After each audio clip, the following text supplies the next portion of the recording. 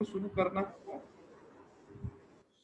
है अपन को यहाँ से कि एक शासक है जो इसी वंश से, सातवाहन वंश से, इसका नाम है अपीलक, और इसके सिक्के मिलते हैं मालवा रीजन में, और वो भी तांबे के। तो इसलिए ये एमपीपीएससी के लिए बहुत इंपॉर्टेंट क्वेश्चन है कि तांबे के जो सिक्के हैं वो कौन से शासक के समय, सातवाहन में कौन सा शासक है जिसके समय पे मिलते हैं। अच्छा, यहाँ क्लियर नहीं उज्जैन में कि काय के हैं, लेकिन यहाँ अपीलक के समय में एकदम क्लियर है कि वो सिक्के काय के हैं, तांबे के सिक्के हैं, मतलब कॉपर के। एक और शासक है सातवाहन वंश में जिसका नाम है यज्ञश्री। यज्ञश्री के भी जो सिक्के हैं वो विदिशा से मिलते हैं, देवास से मिलते हैं, और एक और इम्पॉर्टेंट जगह है जिसका नाम है, मतलब माफी चाहता हूँ, विदिशा और देवास से मिलते हैं। और ये जो वंश है ये रोम के साथ में व्यापार किया करता था। तो रोम के कुछ जो सिक्के हैं वो सातवाहन वंश के सिक्कों के साथ हमको ये मंदसौर के आवरा में और बिलासपुर के चकबेड़ा में भी मिले हैं। तो ये भी एक बहुत इंपॉर्टेंट क्वेश्चन है कि दरअसल में ये एक इंटरनेशनल व्यापार से संबंधित वंश है। तो एक शासक है यज्ञश्री, यज्ञश्री के समय पे हमको रोम के साथ व्यापार के कुछ सिक्के मिलते हैं, मतलब जहां से सातवाहन के सिक्के तो मिलेंगे, साथ में रोम के भी कुछ सिक्के मिले हैं हमको, ये मंदसौर के आवरा और चकबेड़ा मतलब बिलासपुर से। तो बस इसमें आपको सिक्के सिक्के याद रखना है और कुछ भी याद नहीं रखना है। ठीक है, चलते हैं आगे। मैंने आपको बताया था कि भारत पर सबसे पहले आक्रमण करने वाले आक्रमणकारियों में यवन है, या इन्हीं को हम इंडो ग्रीक कहते हैं। इंडो ग्रीक जो है इनका अधिकार क्षेत्र है अफगानिस्तान, मतलब ये अफगानी लोग हैं जो अक्सर करके भारत पर आक्रमण करने के लिए आतुर रहते हैं, और वो भी पंजाब रीजन को टारगेट करते हैं। अब मेरी बात ध्यान से सुनना, इंडो ग्रीक जो है वो कमजोर हैं क्योंकि उनसे बेहतर हैं शक। शक जो है ये मध्य एशिया के निवासी हैं, कुछ चाइना से हैं, और सबसे इंपॉर्टेंट चीज है ये एक बहुत अच्छे हॉर्स राइडर हैं। तो अक्सर करके ये क्या करते हैं, खाने की तलाश में घूमते रहते हैं और चाइनीज फार्मरों को लूटते हैं। तो चाइनीज फार्मरों को लूटने के कारण ही दरअसल में जो चाइना का राजा था उसने चीन की दीवार बनाई थी इनसे सुरक्षा के लिए, क्योंकि ये चाइनीज फार्मरों को लूट लिया करते थे। तो जब चाइनीज फार्मर को लूटेंगे तो निश्चित रूप में चाइना वाला क्लोज हो जाएगा गेम। तो फिर ये कहाँ की तरफ रुख करेंगे, फिर ये हिंदुस्तान। तो सबसे पहले क्या पड़ेगा, अफगानिस्तान। तो अफगानिस्तान में कौन है, इंडो ग्रीक, शक उनको निपटाएंगे। फिर उसके बाद कहाँ आएंगे, अफगानिस्तान के बाद पाकिस्तान, फिर पाकिस्तान के बाद कहाँ आएंगे, हिंदुस्तान। तो इस तरह से ये चीज चलती है। और सबसे इंपॉर्टेंट चीज याद रखना कि शकों के साथ साथ में पहलव भी आ जाते हैं ईरान से, पंजाब के रीजन में, मतलब भारत के रीजन में। परंतु यदि मैं बोलूं कि ये सब विदेशी जो हैं इनमें सबसे शक्तिशाली जो हैं वो है कुषाण, मतलब कुषाण जो है इन तीनों को हराकर अपना एक छत्र वर्चस्व स्थापित करते हैं अपना भारत में। तो आपको ये क्रम जरूर याद रखना है। और मैंने कल आपको एक चीज बताई थी, इनको सीथियन कहते हैं, ये मत भूलना, क्योंकि पहलव को पर्थियन कहते हैं, ये बहुत इंपॉर्टेंट है।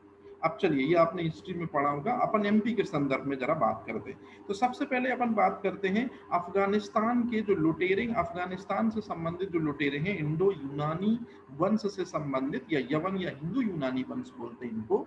अब इसमें यदि आप पढ़ते हो तो आप बहुत सारी हिस्ट्री में इंफॉर्मेशन पढ़ते हो बेटा जी, लेकिन हमारे लिए जो सबसे इंपॉर्टेंट चीज है मैं जल्दी से आपको बता दूं, सबसे पहले सोने के सिक्के राजा किसी काम से खुश होने पर अपनी प्रजा को पहली बार दिया, पूरी हिस्ट्री में अभी तक हम देख रहे हैं, तो वो इंडो यूनानी वंश है।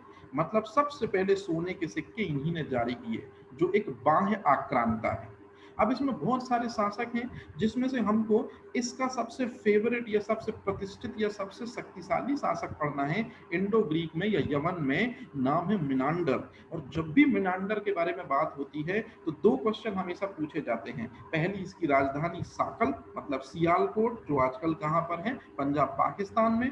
और दूसरा मोस्ट इंपॉर्टेंट क्वेश्चन, बंदा जो था इसने नागार्जुन या नागसेन से दीक्षा ली है बौद्ध धर्म की। और दरअसल में एक बुक लिखी गई है, उस बुक का नाम है मिलिंद पाहो।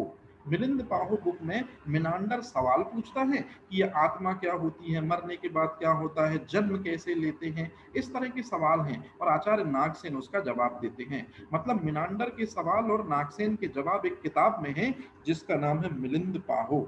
तो ये चीज आप याद रखेंगे। अब आता है मुद्दे की चीज, मध्य प्रदेश के बालाघाट में जो ये सेंट्रल वाला पोर्शन जो आपको दिख रहा है ये वाला, यहाँ से इसके सिक्के बिल्कुल प्राप्त हुए हैं। तो ये एमपीपीएससी के लिए बहुत फेवरेट क्वेश्चंस में से एक है कि सबसे पहले आक्रमण करने वाला भारत में इंडो यूनानी वंश जो है उसके सिक्के भारत में कहाँ से मिलते हैं, तो मध्य प्रदेश में बालाघाट से मिलते हैं।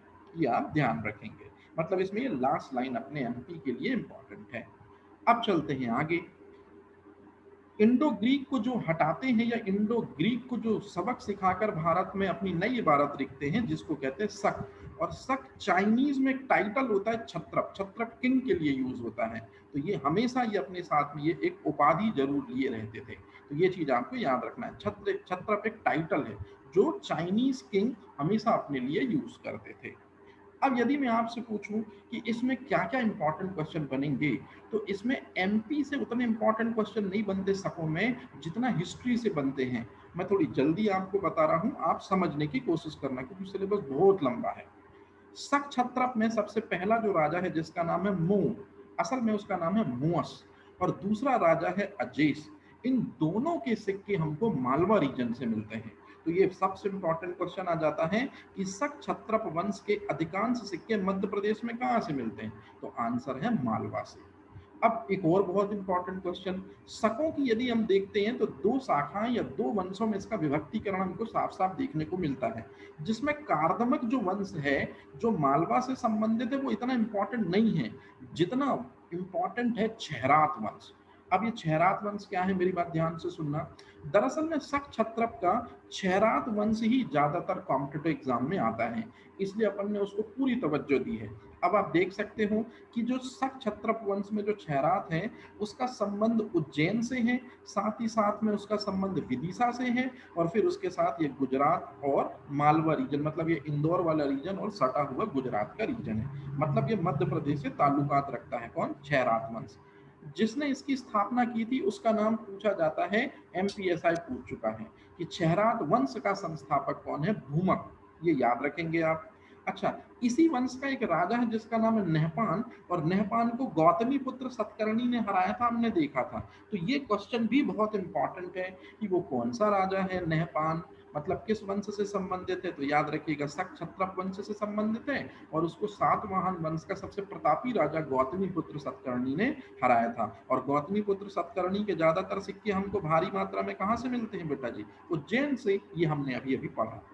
ये रेलवे ग्रुप डी का क्वेश्चन है, चेस्टन निम्नलिखित में से किस वंश से संबंधित शासक है, आंसर है शक छत्रप। याद रखना इंपॉर्टेंट है ये चीज। एंड सबसे most important question, Rudradaman one जो है ये इस वंश का सबसे प्रतापी और सबसे शक्तिशाली शासक है। अब इसने काम तो बहुत सारे कराए हैं, लेकिन मौर्यों ने एक झील बनाई थी जिसका नाम आपने सुना होगा सुदर्शन झील, वो किसी कारण से ब्रेक हो गई थी, उसका पुनरुद्धार करवाया था रुद्रदामन ने। अब ये चीज हमको पता चलती है जूनागढ़ अभिलेख जो राजस्थान में है। तो ये आप याद रखेंगे कि कौन सा अभिलेख हमको ये बताता है कि दरअसल में मौर्यों द्वारा बनाई गई सुदर्शन झील को सही करवाया था। तो याद रखना आजकल जूनागढ़ शब्द नहीं देते, या तो वो गुजरात वर्ड देंगे और या तो वो राजस्थान वर्ड देंगे। तो हमको क्या टाइप करना है, जूनागढ़ कौन सी रियासत में आएगा, जल्दी बताओ, गुजरात में आएगा कि राजस्थान में आएगा? Gujarat. Exactly, most important question है, क्योंकि ये क्वेश्चन पूछ पूछ कर एमपीपीएससी ऐसा थक चुका है। इसलिए अगर आपसे क्वेश्चन पूछा जाएगा कि सुदर्शन झील को सुधरवाया था या नए तरीके से बिल्डअप किया था रुद्रदामन ने, और ये जिस बात में अभिलेख है, तो अब जूनागढ़ ना देके वो राजस्थान नहीं बल्कि ऑप्शन में क्या देते हैं, गुजरात। प्लीज ध्यान रखना इसको। एक और क्वेश्चन है, रुद्रदामन से पहले मतलब जितने भी शासक अभी तक हिंदुस्तान में आए हैं सबने यदि अपने अचीवमेंट लिखवाए हैं पत्थरों में तो प्राकृत भाषा में लिखवाए हैं, परंतु पहली बार ऐसा हो रहा है कि कोई किंग अपने अचीवमेंट को संस्कृत भाषा में लिखवा रहा है। तो ये क्वेश्चन और भी इंपॉर्टेंट हो जाता है एमपीपीएससी के लिए कि निम्नलिखित में से वो कौन सा राजा है जिसने पहली बार अपना अभिलेख संस्कृत में लिखवाया था, नाम है रुद्रदामन। ये इंपॉर्टेंट क्वेश्चन है, मतलब सुदर्शन झील का जीर्णोद्धार और संस्कृत में अपना अभिलेख रुद्रदामन ने लिखवाया था। और लास्ट में अंतिम शासक, ये इतना इंपॉर्टेंट नहीं है, इसको आप छोड़ सकते हो। तो ये सुदर्शन झील है, इसको सही तरीके से बनवाया था। और ये रुद्रदामन का संस्कृत में लिखा हुआ अभिलेख है, मतलब थोड़ा सा राइटिंग आपको दिख नहीं रही होगी सही, लेकिन ये संस्कृत में लिखवाया गया अभिलेख है दरअसल। तो ये चीजें आपको ध्यान रखनी है, ठीक है। अच्छा, अब इसके बाद एक वंश आता है, मैंने आपको बताया था भारत पर सबसे पहले आक्रमण किया था इंडो ग्रीक ने। इंडो ग्रीक को किसने पछाड़ दिया? शकों ने। अब ध्यान से सुनना, शक जो हैं ये भारत पर आते हैं और अपर पंजाब में बसते हैं। इन्हीं को देखकर, शकों को देखकर एक और जाति है जिसका नाम है, जो ईरान से आती है, जिसका नाम है पहलव। तो पहलव जो है वो लोअर पंजाब में बसते हैं। तो पहलव जो है वो लोअर पंजाब में बसते हैं। मतलब भारत में आक्रमणकारियों का क्रम पहला है इंडो ग्रीक, दूसरा शक, तीसरा पहलव। पहलव दरअसल में शकों को देख कर के आए, और फाइनल में आते हैं कुषाण। जैसे ही कुषाण आएंगे तो याद रखना, वो अपर पंजाब में शकों का सफाया कर देंगे और लोअर पंजाब में पहलवों का सफाया कर देंगे और स्वयं का स्वतंत्र साम्राज्य स्थापित कर लेंगे।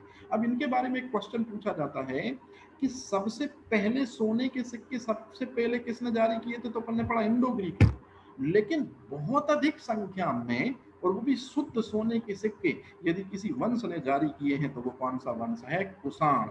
याद रखना, सबसे पहले सोने के सिक्के इंडो ग्रीक ने, लेकिन भारी मात्रा में सोने के सिक्के और वो भी शुद्ध क्वालिटी के वो कुषाणों ने जारी किए थे। तो ये दो इंपॉर्टेंट क्वेश्चन हैं जो आपसे हिस्ट्री में पूछे जाते हैं, एमपी में इससे कोई लेना देना नहीं है। इतना क्लियर है? अब इसके बाद ये जो पॉइंट आप देख रहे हैं ये सब एमपीपीएससी के क्वेश्चन हैं। कैसे? अब जरा समझना। दरअसल में जो ये कुषाण हैं ये चाइना से, या चाइना के आधिपत्य से ही दरअसल में आए हुए कुछ लोग हैं, जो कि दरअसल में किनका पीछा करते हुए? शकों का पीछा करते हुए दरअसल में हिंदुस्तान आ गए थे। तो कहने का सीधा सीधा मतलब है कि पश्चिमी चीन में, याद रखना, 5 शाखाएं हैं। तो पश्चिमी चीन में यदि 5 शाखाएं हैं तो उसमें से एक शाखा है जिसका नाम है पक, और इसी पक शाखा का एक प्रकार है या एक टाइप है कुषाण। तो आपको सीधा सा क्वेश्चन पूछा जाएगा कि निम्नलिखित में से कुषाणों का संबंध किस शाखा से है? तो याद रखिएगा पक शाखा से है। अब चीनी लोग जो हैं स्पेशली कुषाण अपने आप के लिए ये वर्ड यूज किया करते थे, यूची या तोकरी। दरअसल में कुषाण नहीं बल्कि पांचों जो जातियां थी कुषाण की, जो पश्चिमी चीन में रहा करती थी, वो अपने लिए ये वर्ड, ये टाइटल यूज किया करती थी, तोखरी। ये क्वेश्चन भी छोटे छोटे एग्जाम पूछते हैं कि यूची या तोखरी का संबंध निम्नलिखित में से किस राजवंश से है? तो जिसने सबसे ज्यादा सोने के सिक्के जारी किए, नाम बता सकते हैं? कुषाण वंश। अब कुषाण वंश के जब शासकों की बात आती है तो ये नाम तो आपको रटा रखा होगा, मैं इसलिए बिल्कुल नहीं छेड़ रहा हूँ। कुजुल कडफिसिस, मेरे को थोड़ा सा नाम लेने में कंफ्यूजन हो रही है। कुजुल कडफिसिस जो है बेटा जी, इसके सिक्के हमको विदिशा से प्राप्त हुए हैं, जैसा कि आपने देखा होगा। अच्छा, दूसरा जो शासक है उसका नाम है विम कडफिसिस। अब इंपॉर्टेंट है, इसके भी सिक्के हमको विदिशा से प्राप्त हुए हैं। मतलब शुरुआती दोनों शासकों के सिक्के हमको कहां से मिले? विदिशा से। अब आता मोस्ट इंपॉर्टेंट क्वेश्चन, हालांकि हिस्ट्री आपने पढ़ी होगी तो ये आपको पता होगा।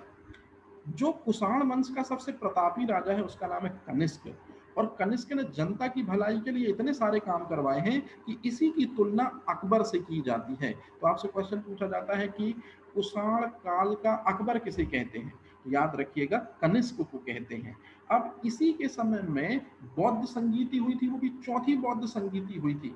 और इसीलिए क्वेश्चन पूछा जाता है कि ये कौन से धर्म का अनुयायी है? तो बौद्ध धर्म तो है, लेकिन बौद्ध धर्म की एक शाखा है जिसका नाम है महायान, जिसमें बुद्ध को एक गॉड के रूप में या एक युग परिवर्तक के रूप में देखा गया है। ये चीज आपको पता होगी।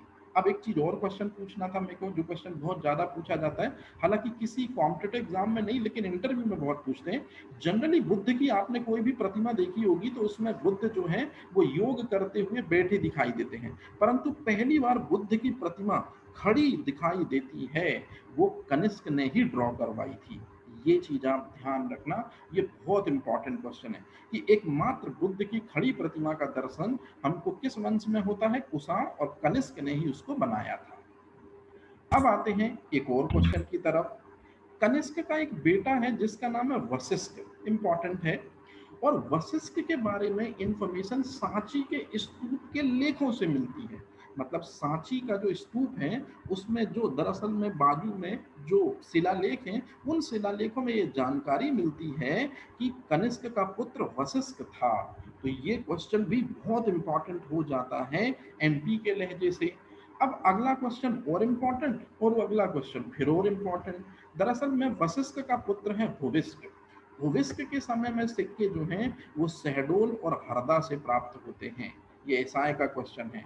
और लास्ट है अंतिम शासक है वसुदेव और वसुदेव के सिक्के जबलपुर से मिलते हैं।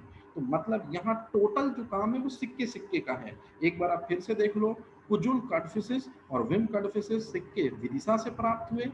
कनिष्क के जो सिक्के हैं वो उसके बारे में कुछ इन्फॉर्मेशन नहीं है, अपन आगे देखेंगे।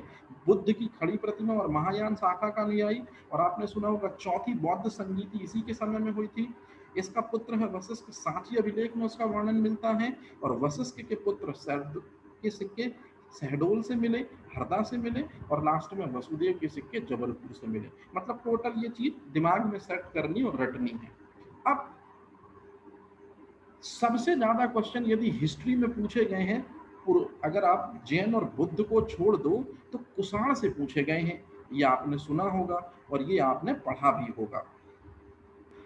कुषाण काल का सबसे प्रतापी राजा कौन है? तो निश्चित रूप से सबसे प्रतापी राजा वही है जिसको कुषाण काल का सबसे प्रतापी राजा कौन है? जनता की भलाई के लिए इसमें सबसे प्रतापी राजा वही है जिसको क्वेश्चन पूछा जाता है अकबर भी कहते हैं। शुरुआत जनता की भलाई के लिए इसमें ये जो कनिष्क जो तुमको चित्र में एक क्वेश्चन पूछा जाता है, ये राजा बनता है, लेकिन याद रखना ये राजा कब बनता है? जो कनिष्क जो चित्र में दिख रहा है ये कनिष्क पराजित करके राजा बनता है, लेकिन याद रखना ये राजा कब बनता है? शुरुआत होती है ईस्वी में पराजित करके राजा बनता है, इसीलिए राजा बनने से हुई। और दरअसल इसने शक संबंध की शुरुआत को कुषाण काल के अकबर कनिष्क के राजा बनने से हुई। और दरअसल राजा है तो इसके दरबार में बहुत सारे लोग भी रहेंगे। एक राज्य वैद है, अब आता है नाम एक राजा है तो इसके दरबार में बहुत सारे लोग भी रहेंगे। महर्षि चरक एक राज्य वैद है जिनका नाम आप जानते हैं। चरक किसके दरबार में थे?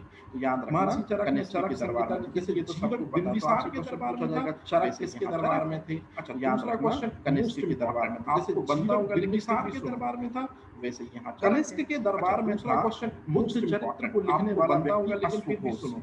और जो बुद्ध चरित्र कनिष्क के दरबार में था, रामायण बुद्ध चरित्र को लिखने वाला बुद्ध की शुरुआत से लेके और जो बुद्ध चरित्र है, जैसे रामायण की रामायण रामचंद्र जी के अवतरण से लेके बुद्ध की शुरुआत से लेके अंतिम तक की पूरी जीवनी है। जैसे रामायण में क्या है, रामचंद्र जी के अवतरण से लेके अंतिम तक का तीसरा क्वेश्चन उससे भी इम्पोर्टेंट चरित्र में नागार्जुन वो व्यक्ति है जिसने अल्बर्ट तीसरा क्वेश्चन से पहले बता दिया था कि ये नागार्जुन वो व्यक्ति है प्रकाश की चाल से अल्बर्ट तो वो से पहले बता दिया आंख नहीं देख पाए। यदि कोई भी ये बात प्रकाश की चाल से बराबर एमसी स्क्वायर में कहते हैं, आपकी साधारण आंख नहीं देख चलता है। लेकिन नागार्जुन अल्बर्ट आइंस्टीन ई बराबर एमसी स्क्वायर में कहते हैं, तीन सबसे तेज गति से प्रकाश चलता है। लेकिन नागार्जुन कहता है कि यदि इसका दृश्य मतलब आप इसको दृश्यता नहीं कर सकते, मतलब किस क्रांतिकारी तरीके की बातें सोचो, नागार्जुन ने पहले कर दी, दृश्यता नहीं कर सकते। पूछा जाता है इस क्रांतिकारी बात देने वाला नागार्जुन ने पहले कर दी है, तो इसलिए नागार्जुन उसका नाम है। और ये भी इतना क्रांतिकारी काल देने वाला व्यक्ति मतलब किसके समय में रहते हैं? कनिष्क के दरबार में उसका नाम है। और ये भी कुषाण के काल के अकबर वासुमित्र किसके समय में रहते थे? कनिष्क के दरबार में लिखा था। एंड लास्ट बौद्ध धर्म का विश्वकोश कहते हैं। वासुमित्र अब ये क्वेश्चन आपसे महाविभास या संतरी के एग्जाम में पूछे जाते हैं। बौद्ध धर्म का रामायण किसे कहते हैं? तो आंसर हो जाएगा बुद्ध चरित्र में। यदि आपसे पूछनी के एग्जाम में धर्म का विश्वकोश किसे कहते हैं? रामायण किसे कहते हैं? तो आंसर हो जाएगा बुद्ध चरित्र। नाम याद रखना। यदि मैं पूछूं कि हालांकि धर्म आपने पढ़ी होगी किसे कहते हैं? तो महाविभास याद, और फिर आपको नाम याद। अब मेरी बात ध्यान से सुनना, हालांकि हिस्ट्री आपने पढ़ी होगी उस समय चाइना था जो रेशम के, अब मेरी बात ध्यान से मारकर रेशम बनाया करता देश उस समय चाइना था जो रेशम के कीड़ों को मारकर रेशम बनाया करता था। तो चाइना उस समय दुनिया का एकमात्र देश था जिसको रेशम बनाने की कला, बॉम्बिक्स मोरी और रेशम बनाने की कला, चाइना उस समय दुनिया का चाइना रेशम जिसको रेशम एक्सपोर्ट भी करता था दुनिया की, और रेशम बनाने की ध्यान से सुनना, जबकि चाइना रेशम वो हिंदुस्तान भी करता था दुनिया की, कैसे पहुंचेगा वही तो ध्यान से सुनना, जबकि चाइना अफगानिस्तान वो हिंदुस्तान पहुंचता, हिंदुस्तान कैसे पहुंचेगा वही ईरान का जो ईरान मतलब अफगानिस्तान पाकिस्तान, इसको प्रोटेक्शन देने के लिए, किसको प्रोटेक्शन देने के लिए कि जो रेशम आ रहा है उसको प्रोटेक्शन देने के लिए, इसको प्रोटेक्शन देने के लिए, किसको प्रोटेक्शन देने के लिए पूछा जाता है कि जो रेशम आ रहा है उसने बनवाया देने के लिए एक मार्ग नहीं बनवाया था, और इसी बात से पता चलता है कि रेशम का जो व्यापार था बनवाया था से हिंदुस्तान तक का, मतलब ये भी इसी बात से पता चलता है कि इसका जो व्यापार था वो चीन से हिंदुस्तान तक का, मतलब ये भी इंटरनेशनल ट्रेड को प्रमोट करने वाला था। क्लियर है ये चीज? चल अब चलते हैं अपन आगे। अब इसके बाद अपन सीधे सीधे आते हैं गुप्त काल। गुप्त काल जो है भारतीय इतिहास का इसको स्वर्ण युग कहते हैं। क्यों स्वर्ण युग कहते हैं, चलिए जरा समझते हैं। सबसे पहले तो इसमें जो लाइनें लिखी हैं, आप इन लाइनों से बहुत अच्छी तरह से रूबरू हो जाओ। हालांकि ये सब आपने हिस्ट्री में पढ़ी है, मैं थोड़ी जल्दी से बता रहा हूं ताकि आपको एक बार हिस्ट्री का रिवीजन सा हो जाए और आपको प्री के एमपी से संबंधित फैक्ट बिल्कुल तैयार हो जाए। जैसे गुप्त काल का जो गुप्त वंश का जो संस्थापक है उनका नाम है श्रीगुप्त।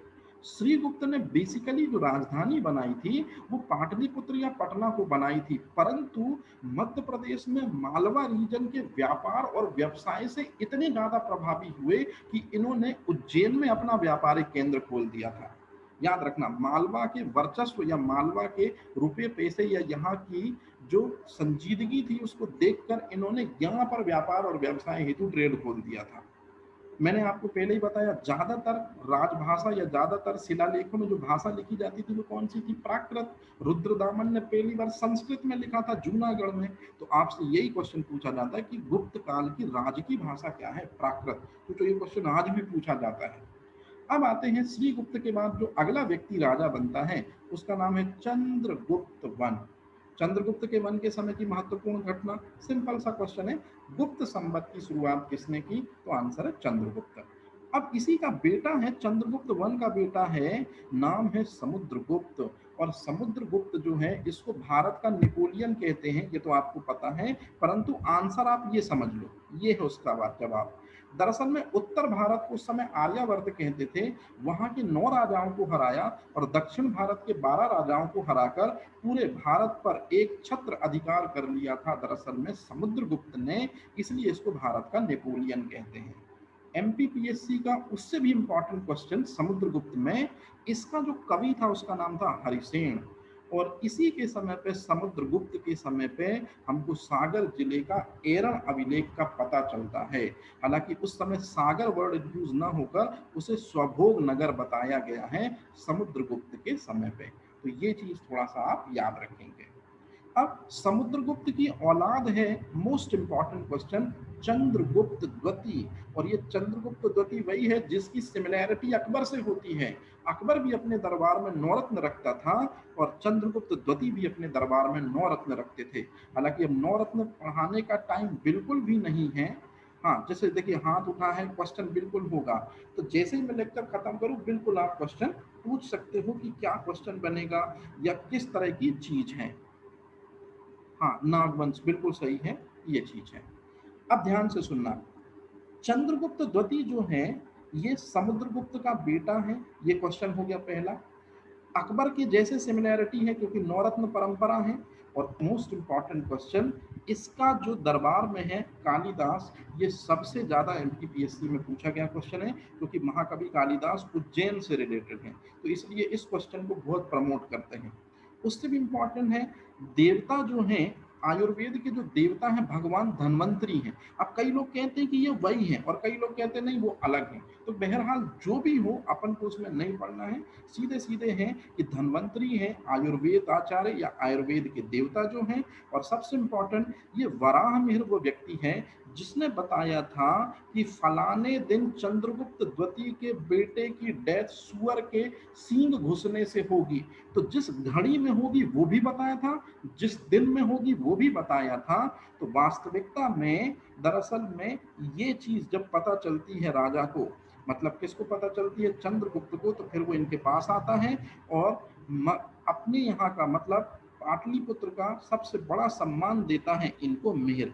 याद रखना, मिहिर दरअसल में एक टाइटल है, इनका असल में नाम था वराह। तो ये भविष्यवाणी में इतने स्ट्रॉन्ग थे कि इन्होंने बता दिया था कि चंद्रगुप्त सेकंड के बेटे की डेथ कब होगी, किस घड़ी में होगी और कारण क्या होगा। तो दरअसल में मिहिर इनको राजकीय सम्मान के साथ टाइटल दिया गया था। इन्हीं के समय पे एक और व्यक्ति है जिसका नाम है ब्रह्मगुप्त। तो ये सब आपने हिस्ट्री में इनका डिटेल पढ़ा होगा। अब मैं जल्दी से आपको दो चीज बता दूं।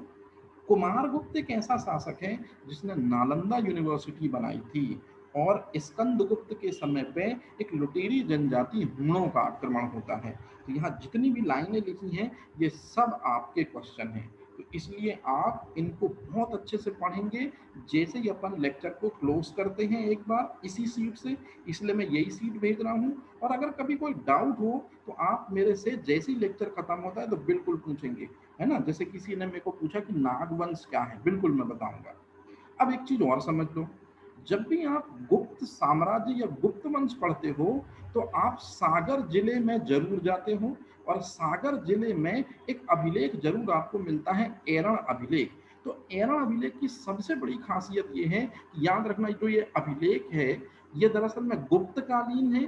और गुप्तकालीन अभिलेख के साथ साथ में एक राजा था जिसका नाम है भोजराज, उसकी पत्नी सती हो गई थी। ये बात हमको सबसे पहले भानुगुप्त के एरण अभिलेख से मिलती है।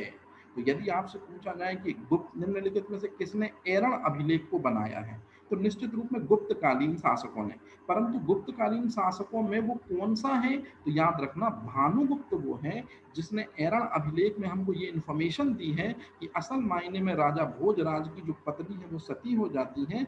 इसका दरअसल में प्रमाण या इसका दरअसल में चित्रांकन दरअसल में एरण अभिलेख में है। तो सती प्रथा का प्रथम साक्ष्य जो हमको मिलता है किसी अभिलेख में, तो वो एरण है, सागर है। ये आप याद रखेंगे। अच्छा, एक और छोटा सा क्वेश्चन, गुप्त काल से ही संबंधित है आचार्य विष्णु शर्मा, और विष्णु शर्मा ने कौन सी चीज लिखी थी, मुझे नहीं लगता कि आप में से किसी को बताने की जरूरत है। पंचतंत्र ग्रंथ पंचतंत्र। लिखा था, बिल्कुल सही है। अब यहाँ जितनी भी चीजें आप देख रहे हो, एक एक वर्ड वो सब क्वेश्चन है। कैसे, पहले मैं आपको एकदम सिंपल बता दूं।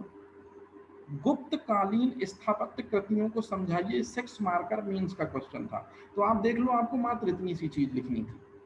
गुप्तकालीन स्थापत्य कृतियों में सबसे पहला है बाघ की गुफाएं जो धार में है, दूसरा है अजंता की गुफाएं, उसके बाद है उदयगिरी की गुफाएं। तो याद रखना, ये तीनों गुप्तों के समय की दरअसल में क्या है, स्थापत्य कृतियां हैं। अब जरा जल्दी से मैं आपको बताता हूं। बाघ गुफा जो है वो धार में है, और विंध्याचल पर्वत को काट कर विंध्याचल पहाड़ियों पर ही बनाई गई है। तो ये अगला इंपॉर्टेंट क्वेश्चन कि बाघ गुफा कहाँ पर है, धार में, और किस पर्वत को काट कर ये गुफाएं बनाई गई हैं, तो विंध्याचल पर्वत को। अब मैं अभी अभी आपको बताकर फुर्सत हुआ कि इसको बनाया किसने है, गुप्त शासकों ने बनाया है, या गुप्त शासकों के टाइम पे बनी है। शताब्दी भी आजकल पूछी जाती है। सोचो, क्वेश्चन इतने ज्यादा ये पूछे जा चुके हैं कि टाइम पीरियड पूछने लगे हैं। अब इम्पॉर्टेंट है, जैसे नाम से स्पष्ट है, बाघ गुफा, मतलब इसके अंदर आपको बहुत सारे शैल चित्र मिलते हैं। तो क्वेश्चन आता है कि किस लिए फेमस है ये, तो भित्ति चित्र हेतु। तो भित्ति का मतलब कई बार सेल हो जाता है और चित्र का मतलब होता है पिक्चर। अब अगला क्वेश्चन बहुत खतरनाक, जिस जो कई लोगों से बन जाएगा तो ठीक, जिनसे नहीं बने वो सुन लो। दरअसल में 9 प्रकार के स्मारकों का समूह है बाघ गुफाएं। याद रखना, टोटल 9 प्रकार के स्मारकों का समूह है ये।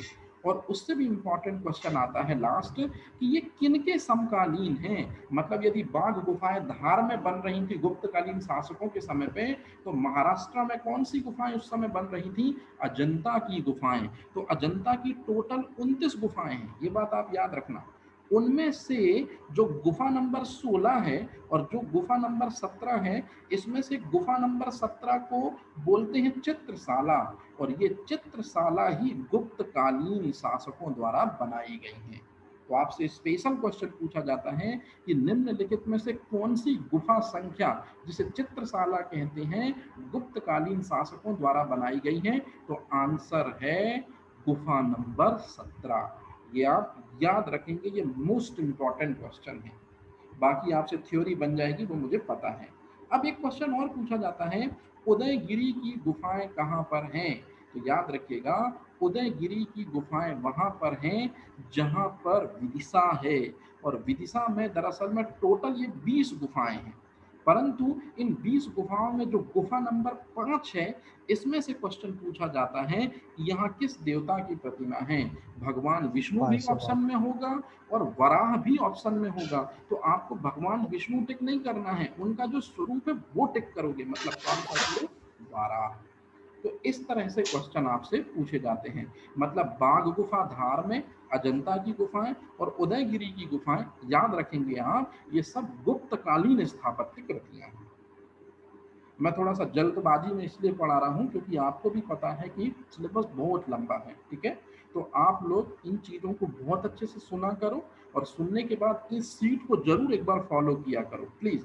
आप अपने नोट्स से तो बिल्कुल पढ़ो, लेकिन इनको भी पढ़ो। अब देखो, जैसे गुप्त काल में बहुत सारे मंदिरों का निर्माण भी हुआ है। अब ये 4 लाइनें नहीं लिखी, ये 4 एमपीपीएससी प्री के क्वेश्चन लिखे हैं, जिसमें से जो पहला मंदिर है, ये मेरे यहाँ से मात्र 3 किलोमीटर की दूरी पर है, तिग्मा का विष्णु मंदिर। याद रखिएगा, क्वेश्चन आता है तिग्मा का मंदिर किसने बनवाया है? तो गुप्तकालीन शासकों ने बनवाया है। आजकल पूछते हैं जो भगवान विष्णु से संबंधित है। याद रखना, जो बोर्ड में चौबे जी बैठते हैं वो मझौली के हैं, और मझौली बोरीवन से 30 किलोमीटर की दूरी पर है, तो ये उनका फेवरेट क्वेश्चन रहता है। अच्छा, दूसरा सर ये क्वेश्चन। तो जबलपुर देता है। नो नो, बिल्कुल गलत है, बिल्कुल गलत है। आप अभी नेट पर डाल के देखो, मेरी कल की पूरी रात बर्बाद हुई है और एक सर से मैंने बात भी की है। जब कटनी नहीं बना था तब जबलपुर ऑप्शन है, और आप पुराने क्वेश्चन लगाते हैं तो दरअसल उसमें है। लेकिन अब के नए डेटा में आप देखेंगे कि तिग्मा का मंदिर जो है वो किसके अंतर्गत आता है? कटनी। अच्छा, रूपनाथ मंदिर भी दरअसल में अब कटनी जिले में आता है। ये चीज आप ध्यान रखेंगे बहुत अच्छे से। इसी तरह से सतना में एक मंदिर है जिसका नाम है भूभरा। अब याद रखेंगे, भूभरा मंदिर किसको समर्पित है? भगवान शिव को। तो अब क्वेश्चन का पैटर्न चेंज हो गया है। अब वो ये नहीं पूछते कि तिग्मा का मंदिर कहाँ पर है या किस कहाँ पर है, ये नहीं पूछते। अब पूछते हैं किस भगवान को समर्पित है। तो तिग्मा का मंदिर विष्णु भगवान को समर्पित है, गुप्त काल में ही बना था। भूभरा का मंदिर जो सतना में है वो किस भगवान को समर्पित है? शिव को समर्पित है, गुप्त काल में बना था। और ये क्वेश्चन मोस्ट इंपॉर्टेंट है कि पन्ना में है नचना कुठार का मंदिर, ये न तो भगवान विष्णु को समर्पित है और न भगवान शिव को समर्पित है, बल्कि किसको समर्पित है? पार्वती देवी को समर्पित है। और लास्ट में खोह मंदिर, ये भी कहाँ पर है? सतना में। मतलब ये सारे मंदिर हैं, ये गुप्त काल में बने हैं बेटा जी, इस तरह से। अब इसके बाद अपन आते हैं, मेरी बात ध्यान से सुनो।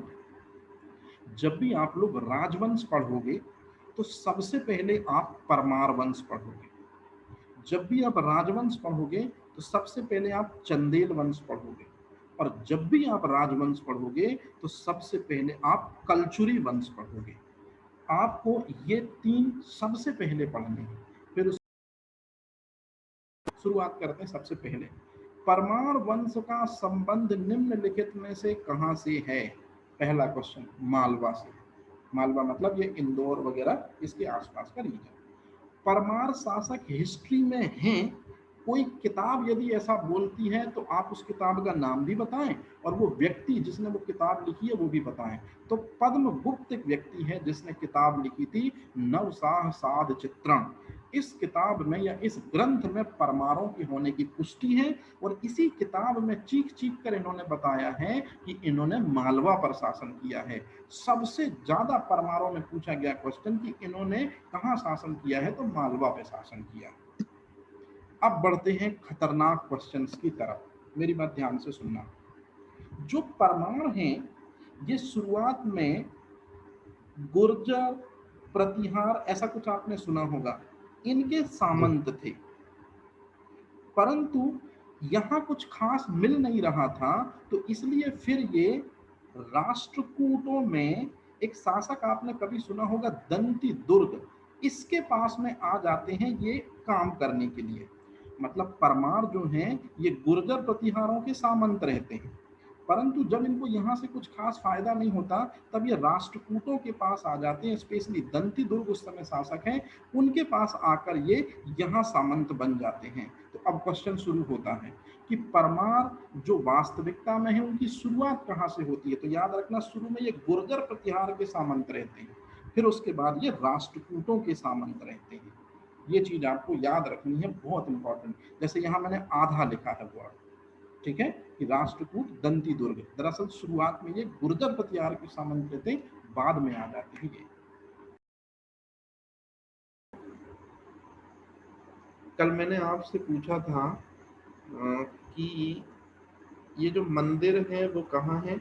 याद रखना जब आप लोग क्वेश्चन लगाओगे ना तो पाओगे कि तिगमा का मंदिर जो है ये जब कटनी नहीं बना था तो जबलपुर में चल रहा था, लेकिन अब याद रखना कटनी में है और किसको समर्पित है, भगवान विष्णु को।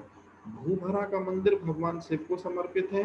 नचना कुठार ये सतना में जगह, मतलब ये पन्ना में आता है ये जगह, ये पार्वती देवी को समर्पित है ये मंदिर। और अब सबसे इंपॉर्टेंट चीज, कल किसी ने मुझसे पूछा था कि खोह का मंदिर किसको समर्पित है।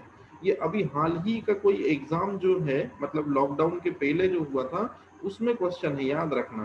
तो दरअसल में ये भगवान महादेव को समर्पित है और ये सतना में है ये मंदिर।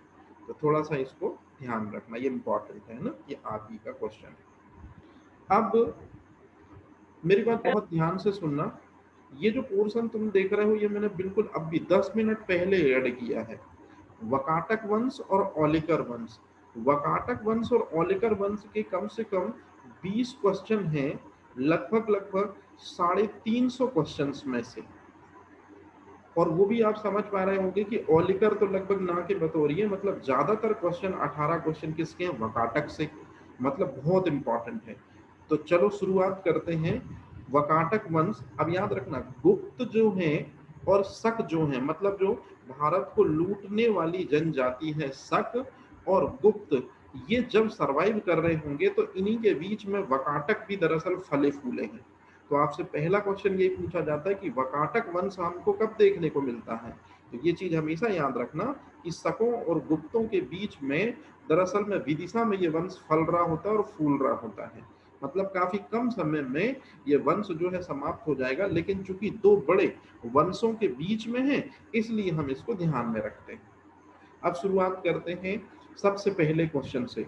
भैया राजधानी कहाँ पर है, मोस्ट इंपॉर्टेंट, विदिशा में इनकी राजधानी है। ये क्वेश्चन 5 बार पूछा गया है कि वकाटक साम्राज्य की राजधानी क्या है, वकाटक वंश की राजधानी क्या है, विदिशा का संबंध क्या है। तो ये थोड़ा सा आप लोग याद रखना, ठीक है, बहुत इंपॉर्टेंट है ये चीज। अब तीसरी चीज जो है वो और भी इंपॉर्टेंट हो जाती है कि एक ब्राह्मण ने इस वंश की स्थापना करी है। कहने का सीधा सीधा मतलब है कि हमने देखा था कि शुरुआत में जो सुंग वंश था, फिर कण्व वंश था, फिर उसके बाद में सातवाहन था, फिर उसके बाद में वो विदेशी आक्रमणकारी आने लगे थे, इंडो ग्रीक आ गए, शक आ गए, पहलाव आ गए, कुषाण आ गए। तो फिर एक बार फिर से ब्राह्मण वंश दरअसल में इस तरह से पनपता है विदिशा में। तो ये बात आप याद रखेंगे कि विद्या शक्ति जो ब्राह्मण है दरअसल में उसने वकाटक वंश की स्थापना करी थी विदिशा में। अब इसका जो पुत्र है, मोस्ट इंपॉर्टेंट नाम है उसका प्रवर सेन। प्रवर सेन ने कितने अश्वमेघ यज्ञ किए हैं ये स्पेशल पूछा गया है। तो वकाटक वंश में ये जो क्वेश्चन है कि कितने इसने अश्वमेघ यज्ञ किए हैं, तो आंसर है 4। तो ये ध्यान रखना। अब एक और क्वेश्चन पूछा जाता है कि विदिशा को अपनी राजधानी बनाकर जो शासक है प्रवर सेन, उसने कहाँ कहाँ शासन किया है। तो जनरली जो छिंदवाड़ा वाला बेल्ट है पूरा का पूरा, छिंदवाड़ा से लेके इंदौर आने का पूरा बेल्ट है, वो एरिया पूरा का पूरा किसके पास आता है, प्रवर सेन के साम्राज्य का एक हिस्सा होता है। लेकिन याद रखना राजधानी अभी भी क्या रहेगी, विदिशा। अब मैंने जानबूझ के पहला वर्ड लिखा प्रवर सेन शासक है, फिर उसके बाद उसका बेटा रुद्रसेन वन शासक बनता है, और रुद्रसेन वन की ही औलाद है रुद्रसेन टू। अब ये मैंने इसलिए लिखा जानबूझकर, दरअसल याद रखना चंद्रगुप्त द्वितीय, आपने गुप्त काल में पढ़ा होगा चंद्रगुप्त द्वितीय। तो चंद्रगुप्त द्वितीय जो है, यही अपनी बेटी, उसका नाम आपको याद रखना है प्रभावती, इसकी शादी कर देते हैं रुद्रसेन से, जो वकाटक वंश से संबंधित है। तो ये भी 2 बार पूछा गया क्वेश्चन है कि निम्नलिखित में से वो कौन सा व्यक्ति है दरअसल में जो अपनी बेटी की शादी, जिसका नाम प्रभावती है, उसका संबंध जो है वो वकाटकों से जोड़ देता है। तो याद रखना वो गुप्त शासक है। अब एक और क्वेश्चन पूछा जाता है, मेरी बात ध्यान से सुनना। दरअसल में रुद्रसेन डिसीजन लेने में थोड़ा सा कमजोर है, तो शासन और प्रशासन में काफी हद तक हस्तक्षेप जो है वो प्रभावती का भी रहता है। तो क्वेश्चन पूछा जाता है कि निम्नलिखित में से कौन, प्रभावती जो है वो किस साम्राज्य के अंतर्गत कुछ समय के लिए शासन संभालती है विदिशा में। तो याद रखना वकाटक वंश है, लेकिन बेटी किसकी है, तो गुप्त वंश के चंद्रगुप्त द्वितीय की, जो मैंने आपको पढ़ाया था। ठीक है। अब इसके बाद एक और क्वेश्चन पूछा जाता है कि मैंने आपको बताया था गुप्त और शकों के बीच में है, तो जो अजंता गुफा है, अजंता गुफा का नंबर 16, नंबर 17 और नंबर 19, ये दरअसल में वकाटक वंश के दौरान ही निर्मित होती हैं। तो ज्यादातर जो अजंता की गुफाएं हैं वो गुप्त शासकों के दौरान बनती हैं, लेकिन गुफा नंबर 16, गुफा नंबर 17, गुफा नंबर 19, इनका स्पेशल निर्माण जो है वो वकाटक शासकों के वंश के दौरान ही होता है। तो ये थोड़ा सा याद रखना, ये थोड़ा सा घुमाने वाला क्वेश्चन है। अब जो अगले क्वेश्चन है, ये 2 बार ये क्वेश्चन आया है और 2 बार ये क्वेश्चन आया है। क्वेश्चन क्या है, बिल्कुल सिंपल है। सतना के पास एक जगह है दरअसल में नचना कुठार, और पन्ना के पास में एक अभिलेख मिलता है गज अभिलेख। इन दोनों अभिलेखों में साफ साफ जानकारी मिलती है। क्या जानकारी मिलती है, ध्यान से सुनना, कि शक वंश और गुप्त वंश के बीच में एक ब्राह्मण वंश शासन करता है जो वकाटक कहलाता है। तो यही दरअसल में सतना के नचना कुठार से भी हमको इंफॉर्मेशन मिलती है, और पन्ना के जो गज अभिलेख है उससे भी हमको ये इंफॉर्मेशन मिलती है। परंतु एक और अभिलेख का संबंध वकाटक से जुड़ा है। आपने हरिसिंह का नाम सुना होगा। हरिसिंह ने प्रयाग प्रशस्ति की रचना करी थी, या वो अभिलेख लिखा था। तो हरिसिंह के प्रयाग प्रशस्ति अभिलेख में ये बात साफ साफ बताई गई है कि जो भारत का नेपोलियन है, मतलब कौन, समुद्रगुप्त, उसने एक वकाटक वंश का एक राजा है जिसका नाम है श्रीधर, उसको हराया था। तो आपसे सिंपल सा क्वेश्चन पूछा जाता है कि समुद्रगुप्त ने श्रीधर को हराया, निम्नलिखित में से कौन सा अभिलेख इस बात की पुष्टि करता है, मंदसौर अभिलेख, एरण अभिलेख, या प्रयाग प्रशस्ति हरिसिंह का, या इनमें से कोई नहीं। तो थोड़ा सा ये चीज याद रखना। ओलिकर के बारे में एक ही क्वेश्चन बनता है और कोई क्वेश्चन नहीं बनता है। मंदोदरी जहां से थी, मतलब मंदसौर, और रावण की पूजा यही होती, ये भी आप जानते होंगे। तो दरअसल में ओलिकर वंश का संबंध जो है वो मंदसौर से है, और ये भी एक ही क्वेश्चन बस इसमें से आया, वो कोई क्वेश्चन नहीं पूछा गया। अब चलते हैं अपन, कल अपन पढ़ रहे थे, मैंने आपको बताया था कि आप चंदेल यदि पढ़ लेते हैं, परमार पढ़ लेते हैं और कलचुरी पढ़ लेते हैं, तो आपका काफी काम जो है वो बहुत आसान हो जाएगा। तो चंदेल वंश जो है, परमार वंश जो है, और कलचुरी वंश जो है, ये बहुत इंपॉर्टेंट चीज हो जाएगी आपकी, है ना। तो ये ध्यान रखना है आपको। तो चलिए शुरुआत करते हैं अपन। सबसे पहले परमार को डील करते हैं, फिर उसके बाद चंदेल को करेंगे, और देन कलचुरी को करेंगे। तो परमार वंश में मैंने आपको एक चीज समझाई थी कि परमार शासकों ने शासन किया है, इस बात का कोई पुष्टि करता है क्या कोई किताब या कोई ग्रंथ, तो हाँ, पद्मगुप्त ने एक किताब लिखी है नवसाह सदचरित्र, इसके बारे में हमको पता चलता है। और परमार वंश के शासकों ने अपना जो ज्यादातर साम्राज्य है वो कहाँ स्थापित किया था, मालवा में। तो ये जरा याद रखेंगे आप लोग। अब इसके बाद एक क्वेश्चन पूछा जाता है, मैंने आपको कल समझाई थी ये चीज, कि गुर्जर प्रतिहार के सामंत हैं दरअसल में ये लोग, लेकिन गुर्जर प्रतिहार से मतलब वो रियलिटी में इनको वो इज्जत, तवज्जो, रुपया, पैसा, या जो भी समझो आप नहीं मिलता। तो ये दंती दुर्ग के दरबार में शिफ्ट होते हैं, और दंती दुर्ग के दरबार में शिफ्ट होकर ये वही अपना काम करते सामंत का जो गुर्जर प्रतिहारों के यहाँ किया करते थे। तो आपसे क्वेश्चन पूछा जाता है, लेकिन याद रखना जब भी आप क्वेश्चन लगाएंगे और कभी पूछा जाएगा तो क्वेश्चन ये आएगा कि परमार किनके यहाँ सामंत थे, तो आपको ज्यादातर आंसर मतलब 80% जो आंसर है वो आपको राष्ट्रकूटों को टिक करना है, मतलब दंती दुर्ग को टिक करना है, और मात्र 20% ऑप्शन जाएगा गुर्जर प्रतिहार। तो इसको भी थोड़ा सा याद रखना है, जब आप कभी लिखें कॉपी में तो दोनों बताएं, और यदि आपके से क्वेश्चन पूछा जाए कि किसके सामंत थे तो आप सीधे सीधे दंती दुर्ग मतलब राष्ट्रकूट बताएंगे। अब एक चीज मैं पहले ही क्लियर कर दूं, एमपी में राष्ट्रकूटों के बारे में कुछ ज्यादा इंफॉर्मेशन मिलती ही नहीं है, क्योंकि ये साउथ इंडिया में दरअसल में ये वंश चला, तो एमपी में राष्ट्रकूटों के बारे में कोई खास इंफॉर्मेशन नहीं है, तो इसलिए उसको पढ़ के परेशान मत होना। लेकिन हाँ, परमार के बारे में एक एक चीज पता होनी चाहिए। 30 क्वेश्चन हैं, 350 में से 30 क्वेश्चन परमारों से पूछे गए हैं। अब आप शायद समझ गए होंगे कि 350 में 10% तो यही वंश इंपॉर्टेंट है। तो चलो जरा शुरुआत करते हैं कि क्या पूछा गया है एग्जाम में, देखते हैं। सबसे पहला क्वेश्चन है, परमार वंश का संस्थापक किसे कहते हैं। तो चूंकि परमार वंश का जो संस्थापक है, याद रखना जो सामंत था, किसका संबंध था, दंती दुर्ग का संबंध था, और धीरे धीरे वो एक छोटे से राज्य जिस पे उसको सामंत नियुक्त किया गया था, धारा नगरी, अब याद रखना ये धार नहीं है, धारा नगरी, उस समय धारा नगरी उज्जैनी को कहते थे, वहां पर एक स्वतंत्र शासक के रूप में शुरुआत करी इसने परमार वंश की। अपना नाम है उपेंद्र राज बताया इसने, या उपेंद्र राज इसका नाम है, लेकिन किताबें इसके इस नाम को ज्यादा स्वीकारती है, कृष्ण राज। तो क्वेश्चन पूछा जाता है कि सर्वप्रथम संस्थापक कौन है, और परमाणु ने अपनी प्रारंभिक राजधानी किसको बनाया। तो अब मैंने वर्ड यूज किया प्रारंभिक राजधानी, इसका मतलब है कोई और राजधानी भी बनेगी और फिर वो परमानेंट चलेगी। तो ये आता है दूसरा मोस्ट इंपॉर्टेंट क्वेश्चन, और ये क्वेश्चन आपको न केवल जहन में रखना है बल्कि सबसे ज्यादा याद रखना है कि परमारों की पहली राजधानी उज्जैनी है, परंतु जो असल राजधानी है उसका नाम है धार, और ये लाने वाला जो था उज्जैनी से धार जो लाने वाला था, इसके बारे में कोई क्वेश्चन नहीं बना, राजा बेरी सिंह द्वितीय। तो ये चीज आप जरूर याद रखना कि परमारों की पहली राजधानी उज्जैन है, परंतु दूसरी राजधानी कौन सी है, धार है।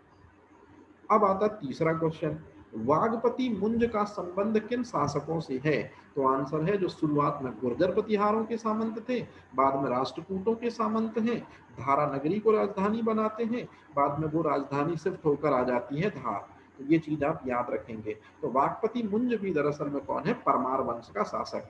अब ध्यान से सुनना, लोग गलती करते हैं इसमें, वागपति मुंज का जो समय है वहां से मालवा के स्वर्णिम युग की शुरुआत होती है, मालवा का स्वर्णिम युग नहीं कहलाता, स्टार्ट होता है यहां से स्वर्णिम युग। स्वर्णिम युग का मतलब मालवा को प्रसिद्धि जिनके कारण मिलेगी वो चीजें आनी स्टार्ट हो जाती हैं, लेकिन मालवा प्रसिद्धि के कगार में नहीं पहुंच जाएगा। तो एक क्वेश्चन मैंने अभी पढ़ा, मतलब लगा रहा था जब, तो मैंने देखा कि मालवा का स्वर्णिम युग किसे कहते हैं, तो आंसर में कई लोग वागपति मुंज लगाते हैं। ध्यान रखना शुरुआत हुई है यहाँ से, लेकिन वास्तविकता में राजा भोज वो व्यक्ति है जिसके बारे में हम अभी पढ़ेंगे, वो है वास्तविकता में जो मालवा के स्वर्णिम युग की शुरुआत, मतलब मालवा के स्वर्णिम युग के लिए उत्तरदायी है। तो ये चीज आप याद रखना, ये शुरुआत वर्ड वागपति मुंज के लिए जाएगा। अब चूंकि शुरुआत हो रही है तो कुछ तो बनवाएगा बंदा। मोस्ट इंपॉर्टेंट पहला क्वेश्चन, कम से कम 3 बार क्वेश्चन पूछा गया, मुंज सागर झील का संबंध कहां से है। तो यदि आपको ये क्लियर हो चुका है कि भैया वागपति मुंज तीसरा शासक है, और निश्चित रूप में धार जो नगरी है वो परमारों की ही दरअसल राजधानी है, उज्जैन से आ चुकी है धार, तो आप आराम से ये टिक कर दोगे। तो ये ध्यान रखना कि धार में ही मुंज सागर झील है जो वागपति मुंज ने बनवाई। तो यहाँ 2 क्वेश्चन बनते हैं। अब इसके बाद चूंकि शुरुआत हो रही है तो इसलिए हम बोलेंगे महेश्वर के मंदिर, उज्जैन के मंदिर, ओंकारेश्वर के मंदिर और धर्मपुरी के जो मंदिर हैं वो बनाए जाते हैं, किसके द्वारा बनाए जाते हैं, वागपति मुंज के द्वारा बनाए जाते हैं। तो ये पूरा वन लाइनर एक क्वेश्चन है कि निम्नलिखित में से महेश्वर, उज्जैन, ओंकारेश्वर और धर्मपुरी के मंदिरों का निर्माण निम्नलिखित में से किस परमार शासक द्वारा किया गया। तो आंसर है वागपति मुंज। याद रखना, मालवा के स्वर्णिम युग की शुरुआत है, स्वर्णिम युग नहीं, गलती करते कई लोग ये चीज। अब इसके बाद जो आप ये चीज देख रहे हो बेटा, यहाँ कम से कम आपके 20 से 30 क्वेश्चन भरे पड़े हैं। और अब हम पढ़ने वाले हैं परमार वंश के सबसे प्रतापी राजा के बारे में, और परमार वंश के सबसे शक्तिशाली राजा के बारे में। परमार वंश के जितने भी राजा हैं उनमें नंबर 9 पे आएगा वो व्यक्ति जिसका नाम है राजा भोज।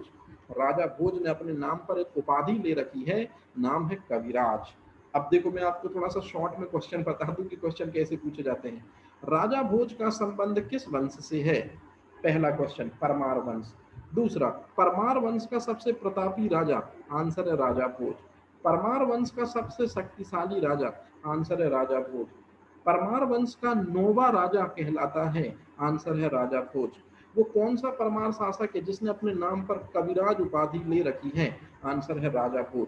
तो इसलिए मैं आपको पहले एक चीज क्लियर कर चुका हूं कि आप यदि मेरे से पढ़ रहे हैं तो क्वेश्चन की टेंशन बिल्कुल ना लें, क्योंकि यदि आपने इसी सीट को कवर कर लिया तो आप जो ये क्वेश्चन बैंक है इसके लगभग लगभग 350 में से लगभग 340 क्वेश्चन तो आप बना ही लोगे। और कुछ ऐसे क्वेश्चन रहते हैं जो दिमाग खराब करते हैं, उनको छोड़ दिया करो, परेशान मत हुआ करो, क्योंकि आप इतने ज्यादा क्वेश्चन को कवर कर ले रहे हो। ठीक है, तो अब शुरुआत करते हैं इंपॉर्टेंट बात की। बस आप पूरा फोकस रखा करो, जब समझाया करें और बोला करें तब। अब पहले मैं इस सवाल का जवाब दे दूं कि राजा भोज को कविराज क्यों कहते हैं। मेरे भाई, आपने यदि कभी सुना हो लियोनार्डो दा विंची के बारे में, तो लियोनार्डो दा विंची जो है वो एक बहुत अच्छा सिंगर था, एक बहुत अच्छा आर्किटेक्चर था, एक वो बहुत अच्छा जीवाश्म विज्ञानी भी था, एक वो बहुत अच्छा टीचर भी था, मतलब बहुत सारी खूबियां थी। बिल्कुल सेम वही खूबियां लिए हुए है मध्य प्रदेश का लियोनार्डो दा विंची कहा जाने वाला राजा भोज, और इसी ने अपने नाम पे उपाधि ली है कविराज। अब क्यों उपाधि ली है कविराज, आपको साफ साफ समझ में आएगा। पहला क्वेश्चन, मतलब लगभग छठवां क्वेश्चन शुरुआत हो गया। सरस्वती कंठाभरण निम्नलिखित में से किसके द्वारा रचित ग्रंथ है? आंसर है राजा भोज। संगीत को समर्पित है। फिर वास्तु को समर्पित है, इंजीनियरिंग को समर्पित है, साम्रांगण सूत्रधार, ये अगला क्वेश्चन है। चिकित्सा और आयुर्वेद, चिकित्सा के लिए इन्होंने ग्रंथ लिखा है राजा भोज ने जिसका नाम है आयुर्वेद सर्वस्व। फिर तत्व प्रकाश, केमिस्ट्री के लिए भी दरअसल में, मतलब विज्ञान के लिए भी इन्होंने एक ग्रंथ लिखा है, द नेम इज तत्व प्रकाश। योग के लिए भी इन्होंने ग्रंथ लिखा है जिसका नाम है योग सूत्र वृत्ति। और हास्य विनोद के लिए भी एक ग्रंथ लिखा है, वाद विनोद। तो कहने का मतलब है कि एक व्यक्ति जो हास्य पे, योग पे, केमिस्ट्री पे, आयुर्वेद पे मतलब चिकित्सा पे, और अभियांत्रिकी पे, और संगीत, मतलब इतनी सारी कलाओं में यदि उसको महारत हासिल है और वो इस तरह के लेख लिखता है तो निश्चित रूप में वो साधारण व्यक्ति नहीं है। तो बहुआयामी प्रतिभा का धनी जैसे लियोनार्डो दा विंची था, इसी वजह से मध्य प्रदेश का लियोनार्डो दा विंची कौन है? कविराज उपाधि, क्योंकि इतने सारे ग्रंथों की रचना की तो फाइनल में ये उपाधि उसको मिल जाती है। अब आपको ये सब नाम रटे होना चाहिए क्योंकि ये सब क्वेश्चन है। मैंने आपको बताया ना, परमार वंश से सबसे ज्यादा, जैसे यहीं से आप लगभग 30 क्वेश्चन तो अकेले यहीं से देख लोगे, पूरा का पूरा घुमा फिरा के यदि हम बात करें तो ध्यान रखना ये चीज। अब इसके बाद राजा भोज कौन है, तो मैं थोड़ा सी समस्या सॉल्व करवा दूं। राजा भोज जो है वो व्यक्ति है जो परमार वंश से संबंधित हैं, और परमार वंश की शुरुआती राजधानी उज्जैन थी, परंतु बाद में ये राजधानी शिफ्ट हो गई धार, और उस समय राजा भोज शासक हैं। तो यदि आपसे पूछा जाए कि परमारों की राजधानी क्या थी, तो जब आपसे स्पेशल पूछे कि शुरुआती राजधानी क्या थी, और यदि धार ऑप्शन में ना हो तब आप उज्जैन टिक करेंगे, लेकिन यदि अगर ऑप्शन में धार है तो आप पहले वही टिक कर देंगे और फुर्सत हो जाएंगे।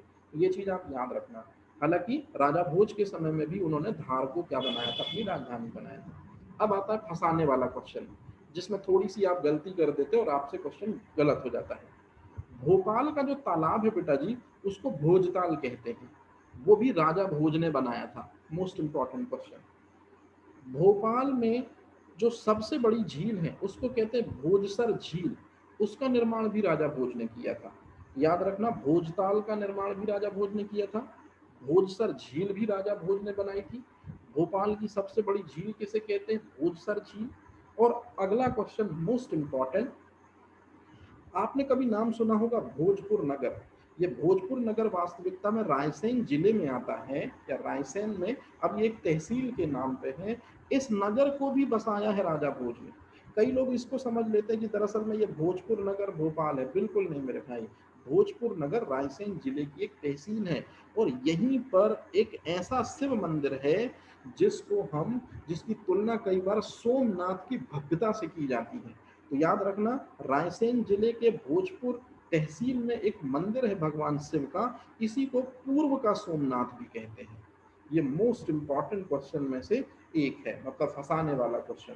तो याद रखना, कहीं भोजताल में कंफ्यूज ना हो जाना। मतलब ताल मतलब तालाब, सर का मतलब होता है झील, भोजपुर नगर है, पुर का मतलब नगर होता है, ये बात आप जरूर याद रखना।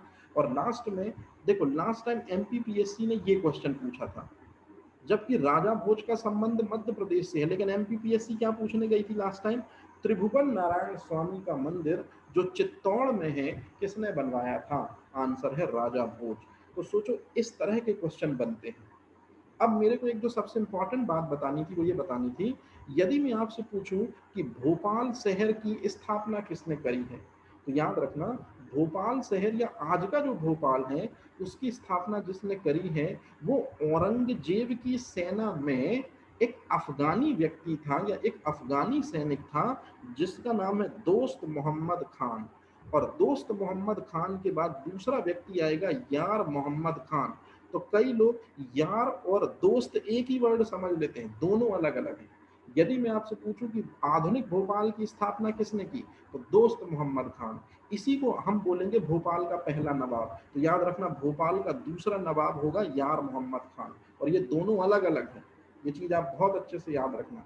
और क्वेश्चन आता है कि दोस्त मोहम्मद खान किसकी सेना में था, तो औरंगजेब की सेना में एक सैनिक था।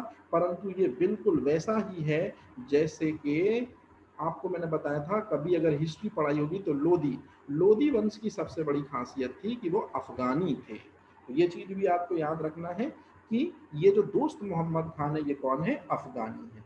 सिंपल सा क्वेश्चन।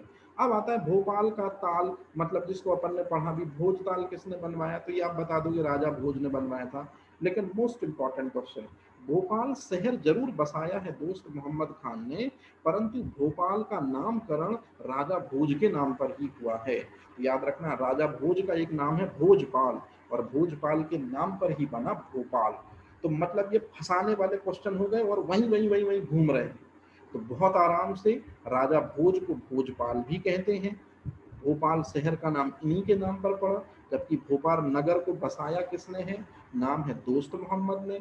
और ये चीज जरा अच्छे से पढ़ लेना, ये भोजताल, भोजसर और ये भोजपुर, इनमें काफी कंफ्यूज होते थे, है ना? जैसे मैं भी बहुत कंफ्यूज हुआ, आप लोग भी कंफ्यूज होते, तो इसलिए मैंने ये बिल्कुल बच्चों के जैसे आपको बताया। अब मैं एक क्वेश्चन ऐसा बता रहा हूँ, शायद आपको भी सुनकर बड़ा अजीब लगे। ये जो लाइनें लिखी हैं, 4 लाइनें, यहां से कम 5 क्वेश्चन बने मात्र इन 4 लाइनों से। है क्या, जरा समझ लो पहले।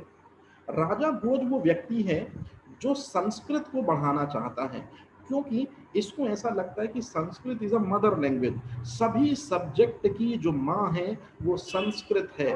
तो इसलिए बंदा संस्कृत को न केवल बढ़ाना चाहता है, बल्कि नई जनरेशन को संस्कृत की शिक्षा दीक्षा देना चाहता है, पढ़वाना चाहता है और संस्कृत का प्रचार प्रसार करना चाहता है। तो याद रखना, ये एक क्वेश्चन हो गया कि संस्कृत के प्रचार प्रसार में किस परमार शासक की अग्रणी भूमिका है? द नेम इज राजा भोज। अब इसने किया क्या, मेरी बात ध्यान से सुनना। इसने संस्कृत शिक्षा के प्रचार के लिए एक स्कूल या एक विद्यालय शुरू करवाया। ये आपको एक क्वेश्चन है जो बनना चाहिए। क्वेश्चन है कि राजा भोज ने संस्कृत शिक्षा के प्रसार के लिए कौन सा विद्यालय खुलवाया था? तो भोजशाला संस्कृत विद्यालय। अब देखो, यहाँ भोजपाल है, भोजताल है, भोजसर है, भोजपुर है, तो कंफ्यूज नहीं होना। याद रखना, विद्यालय का नाम है भोजशाला। तो भोजशाला संस्कृत विद्यालय था। और इसी संस्कृत विद्यालय में एक देवी की प्रतिमा भी स्थापित की। वो देवी कौन सी होंगी मुझे बताने की जरूरत नहीं है, विद्या की देवी सरस्वती, और संस्कृत जो है उनकी टंग से ओरिजिनेट हुई है। तो इस वजह से ये क्वेश्चन और भी इंपॉर्टेंट। अब एक अगला क्वेश्चन वो और भी इंपॉर्टेंट है कि क्वेश्चन पूछा जाता है देवी सरस्वती का मंदिर कहाँ है।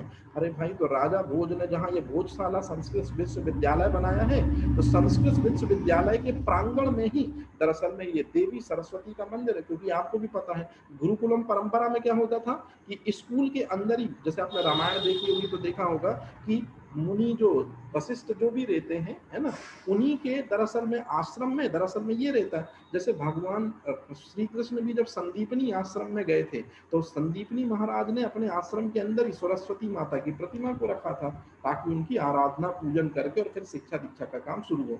तो याद रखना, देवी सरस्वती का मंदिर भी कहाँ पर है, यही भोजशाला संस्कृत के अंदर है। अब ध्यान से सुनना, अगला क्वेश्चन मोस्ट इंपॉर्टेंट। आगे सल्तनत काल जब आएगा, मतलब मुसलमानों का अटैक होगा हिंदुस्तान पे, तो धार नगरी भी अछूती नहीं रहेगी। तो अलाउद्दीन खिलजी आएगा और ये इसी संस्कृत विश्वविद्यालय को तोड़ देगा और इसको एक मंदिर में तब्दील करा देगा। माफी चाहता हूँ, संस्कृत विश्वविद्यालय नहीं, संस्कृत विद्यालय को तोड़ देगा। अब आपको भी ये चीज पता है, मूर्ति कौन सी होगी, देवी सरस्वती की, और बंदा मुस्लिम धर्म का है, तो निश्चित रूप में इस मूर्ति को भी तोड़ेगा।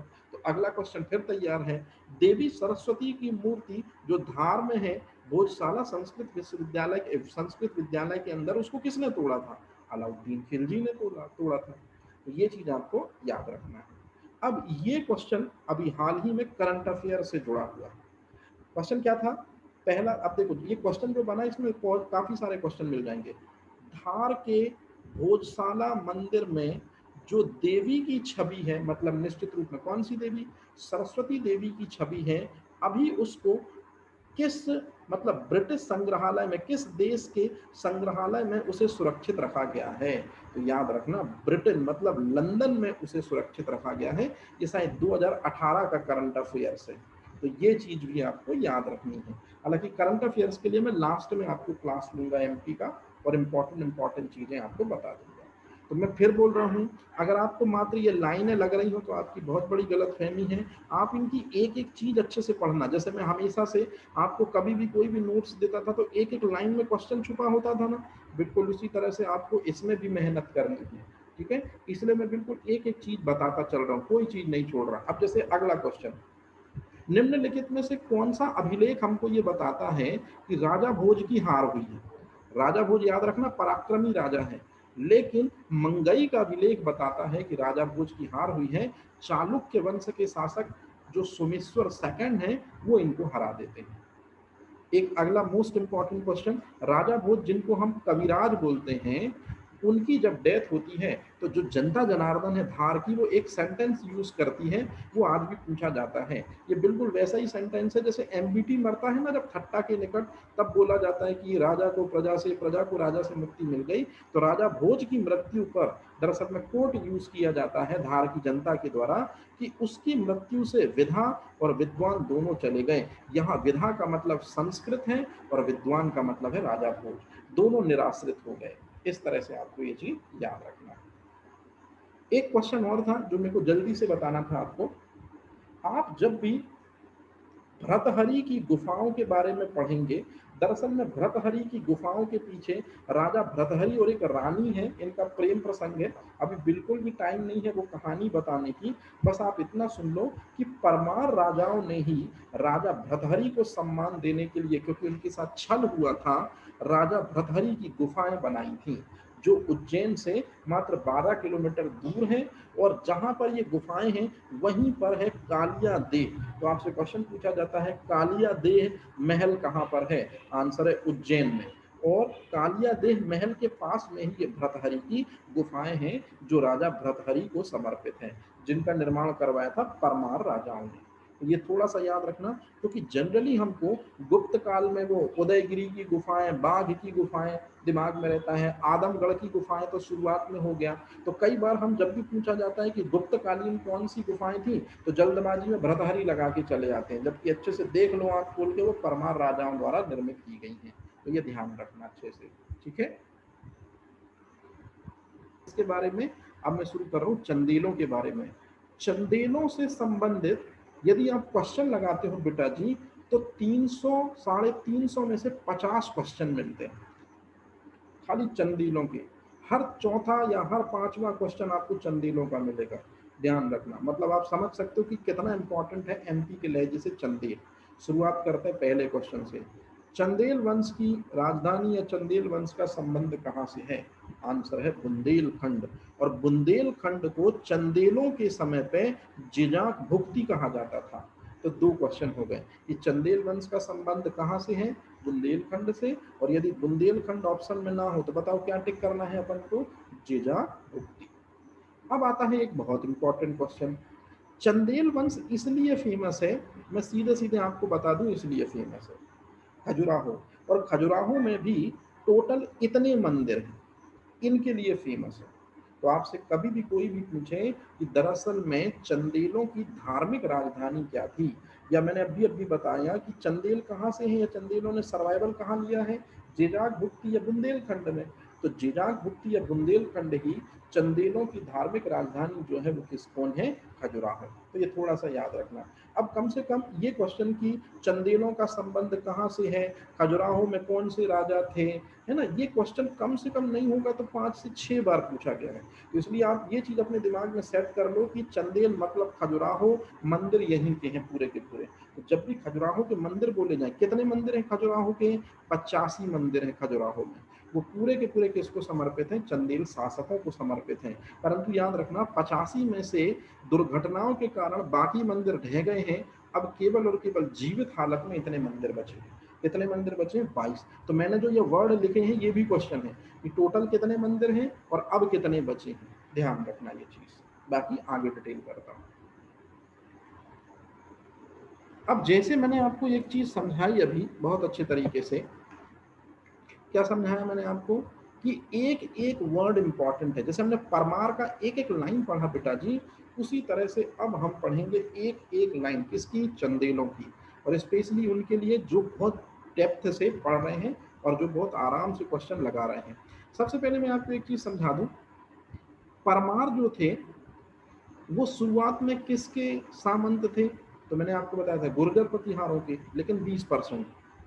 80% जो है मतलब ज्यादातर समय या ज्यादातर समय पे हमको परमार मिले किसके यहाँ मिले? राष्ट्रकूट के दंती दुर्ग के यहाँ मिले। तो ये चीज आपको याद रखना है। मतलब सीधे सीधे मैं अगर पूछूं कि परमार परिवार जो है वो किनके द्वारा स्थापित किया गया, तो याद रखना राष्ट्रकूटों, क्योंकि राष्ट्रकूटों के यहाँ सामंत थे तो उन्होंने स्थापित किया। अब देखो ये क्वेश्चन शुरू हो गए, याद रखना ये चीज। अब यदि मैं आपसे पूछूं कि शुरू, अब चंदेल वंश की बात कर रहा हूं जो अपन पढ़ रहे हैं, चंदेल वंश के जो राजा हैं ये एकदम से राजा नहीं बन गए, ये दरअसल में पहले सामंत थे। अब किन के यहाँ सामंत थे? अब ये चीज आपको याद रखनी है, प्रतिहारों के यहाँ सामंत थे। मतलब मध्य प्रदेश के दो प्रमुख वंश परमार और चंदेल, याद रखना ये दोनों सामंत हुआ करते थे।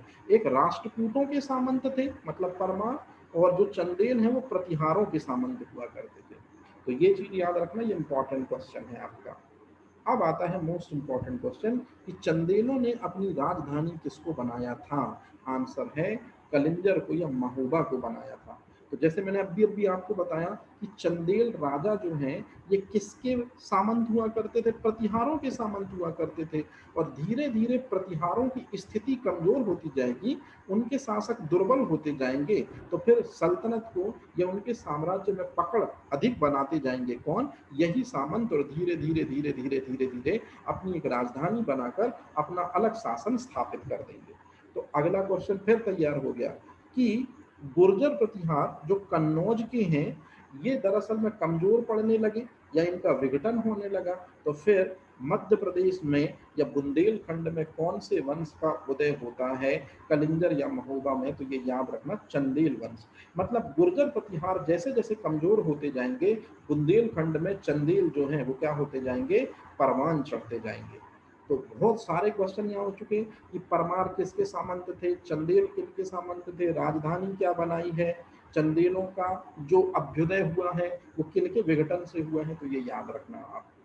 अब शुरुआत करते हैं। इस वंश का जो संस्थापक है जिसका नाम है ननहुक, लेकिन मेरी बात ध्यान से सुनना, बहुत इंपॉर्टेंट क्वेश्चन बता रहा हूं। ननहुक ने राजधानी कलिंगर को बना लिया, लेकिन अभी भी गुर्जर प्रतिहार अस्तित्व में है। मतलब गुर्जर प्रतिहारों का अभी भी दबदबा है ननहुक पर, ये बात आप याद रखना। भले ही बना लिया है, चंदेल वंश स्थापना कर ली है, कलिंगर को राजधानी बना लिया है, लेकिन अभी भी गुर्जर प्रतिहारों की बातें ये मानते हैं। कौन? नन्हुक मानता है। इसकी आगे जरूरत पड़ेगी, इसलिए मैं पहले ही ये मतलब बेसिक बता दे रहा हूँ। अच्छा, अब चूंकि परमार वंश के बाद चंदेल वंश का एक एक वर्ड इंपॉर्टेंट था, तो इसलिए मैंने यहाँ कुछ राजाओं के नाम लिख दिए हैं, ताकि आप एक बार देख लो और आपको कोई कंफ्यूजन ना हो कि मैं एकदम से किसी राजा का नाम लूँ तो आपके दिमाग में रहे। जैसे संस्थापक कौन है? नन्हुक। फिर एक संस्थापक है वाकपति। अब देखो, वाकपति जो है यहाँ पर भी है, और एक वाकपति जो है वो मुंज वाला है, इसके पहले था परमार में, तो ये थोड़ा सा याद रखना, यहाँ वाकपति और वहां पर मुंज वाकपति है।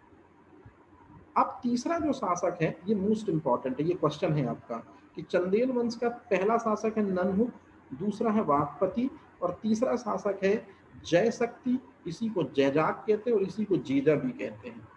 और जो हमारा बुंदेलखंड है, बुंदेलखंड का जो नामकरण है, क्या नामकरण हुआ? जेजाक भुक्ति। आप खुद बताओ कि वो चंदेल वंश के कौन से नंबर के राजा के नाम पर उसका नामकरण हुआ है? तो ये आप याद रखेंगे, नंबर थर्ड। तो नंबर थर्ड जो जय शक्ति है या जयजाक है या जेजा है, इसी के नाम पर दरअसल में बुंदेलखंड का नाम जेजाक भुक्ति पड़ा। इसके बाद एक शासक है चौथे नंबर का विजय शक्ति, फिर है राहिल, फिर है हर्ष। अब आता मोस्ट इंपॉर्टेंट चीज, अच्छे से देखो आंख खोल के, ये जो येलो कलर में दिख रहा है ये नाम आपको याद रखना पड़ेगा, यशोवर्मन। और फिर उसके बाद में आपको ये नाम तो याद रखना ही रखना पड़ेगा, बिना चंदेल वंशों में धंग के आप कुछ नहीं कर पाओगे। फिर उसके बाद गंड है, ये उतना इंपॉर्टेंट नहीं है। विद्याधर आपको याद रखना ही रखना पड़ेगा, और परमादेव देव आप ना भी याद रखोगे तो आपको याद रहेगा। तो जितनी चीजों पे मैंने अब टिक कराई, यही शासक हैं और इनसे क्वेश्चन बनेंगे। अब क्या क्वेश्चन बनेंगे, मेरी बात ध्यान से सुनना। मैंने अभी अभी आपको बताया कि खजुराहो में कितने मंदिर हैं, जरा जल्दी से मेरे को बताओ खजुराहो में कितने मंदिर हैं और कितने बचे? 22। 85। टोटल 85 है, और उसमें से 22 जो है वो अभी बचे हैं, ठीक है। बाकी प्राकृतिक आपदाओं के जी। कारण क्या हो गए, समाप्त हो गए। अब मेरी बात ध्यान से सुनो, मेरा पहला सवाल है कि इन 85 मंदिरों में से सबसे पहला मंदिर कौन सा बना? तो मेरी बात ध्यान से सुनना, इन 85 मंदिरों में सबसे पहला मंदिर जो है वो यशोवर्मन, मतलब ये नाम लिखा है ना यशोवर्मन, और ये चंदेल शासक है, यही बनवाता है। और ये भगवान विष्णु का मंदिर बनवाता है, और भगवान विष्णु के मंदिर को ही चतुर्भुज कहते हैं, ये बात याद रखेंगे आप। तो चतुर्भुज स्वामी का मंदिर खजुराहो में है, भगवान विष्णु का मंदिर खजुराहो में है, और ये बनवाता है यशोवर्मन। और चंदेलों ने, मेरी बात ध्यान से सुनना, ये चीज आप देख लो अच्छे तरीके से, चंदेलों ने कितने मंदिर बनाए हैं? 85 मंदिर बनवाए हैं। तो उसमें सबसे पहला मंदिर यही है, मोस्ट इंपॉर्टेंट चीज है। आपसे पूछा जाएगा चतुर्भुज मंदिर खजुराहो का किसने बनवाया, खजुराहो का पहला मंदिर किसने बनवाया, यशोवर्मन कौन है जिसने खजुराहो का मंदिर बनवाया, तो ये चीज याद रखना, ठीक है।